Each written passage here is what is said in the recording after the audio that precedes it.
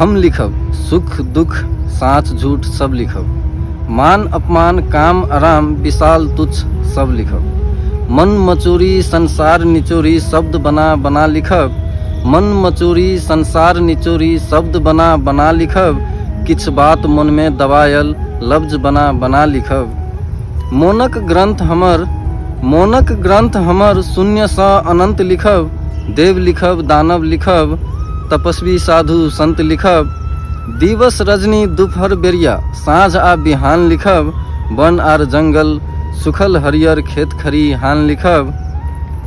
अधूरा सपना संग बागमती किनारे जरैत अधूरा सपना संग बागमती किनारे जरैत सब लिखब। भूत के चपेट में भविष्य सँ डरैत मृत जीवन लिखब। हम लिखब अपन पराई सबके आवाज लिखब। कहियो अकेले कहियो साथ सबके अंदाज लिखब। शब्द में सौर्यमंडल वाक्य में ब्रह्मांड बांध के लिखब। शब्द में सौर्यमंडल वाक्य में ब्रह्मांड बांध के लिखब।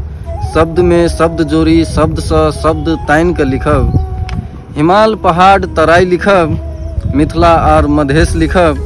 राजतंत्र सँ गणतंत्र राजनीति के परिवेश लिखब।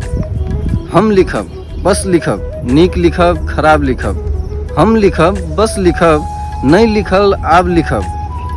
प्रेम प्रसंग लिखब जना गुलाबक सुगंध लिखब। प्रेम प्रसंग लिखब जना गुलाबक सुगंध लिखब। खंड अखंड लिखब जे लिखब प्रचंड लिखब। खंड अखंड लिखब जे लिखब प्रचंड लिखब।